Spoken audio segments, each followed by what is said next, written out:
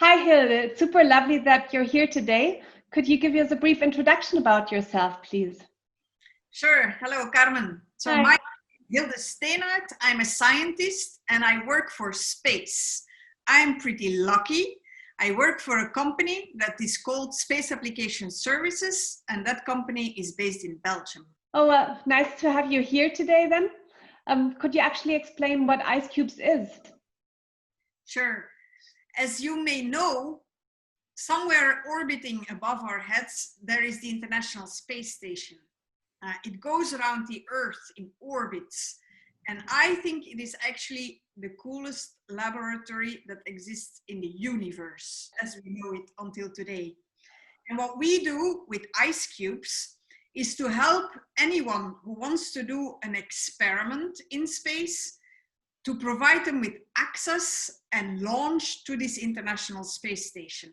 And we call that ice cubes because it's cool, and because it's international experiments, and because we mostly do them in cubes. And so ice cubes allows for any organization, such as your school or a university, to do research or to test technologies or to do educational projects in space. And so we own a kind of big cupboard in space that is active, and we can operate all different types of cubes in this cupboard.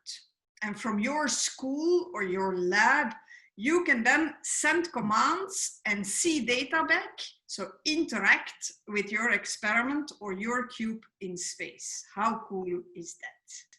That is absolutely cool indeed.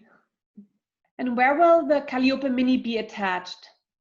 So our ice cubes cupboard is in one of the modules of the space station. So one of the rooms, you could say, and it's called Columbus. Columbus is the European part of the space station. So it's a European research lab in space where the astronauts and people from the ground can run their experiments.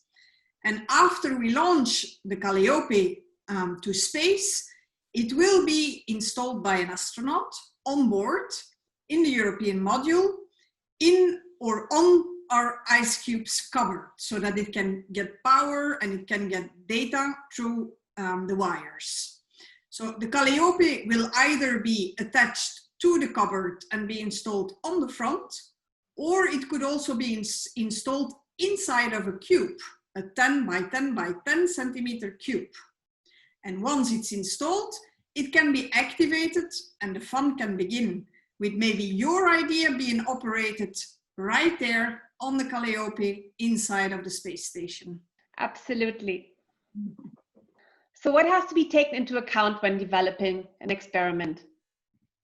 Good question. Yes, we can already give a couple of tips already now. First, as you can access the data from the Calliope in real time from the ground, that means you can see data from space immediately at your place, make good use of the sensors of this Calliope. Absolutely. Super cool, because it's actually like a mission support center that they're going to have as a laptop in their school then, eh? Exactly. Yeah, like a ground control center. Super cool. Point 2. Astronauts are great and they do an awful lot of cool stuff, but they have a lot to do. So minimize the time that an astronaut is needed for your idea as much as you can. Point 3, test your programs on the ground thoroughly before the mission to make sure it will work as you want when it's actually run in space. Oh, thank you very much for those tips, Hilde. And then everybody, thank you for watching, and we're looking forward to fun and innovative ideas. Absolutely. Bye-bye. Bye-bye.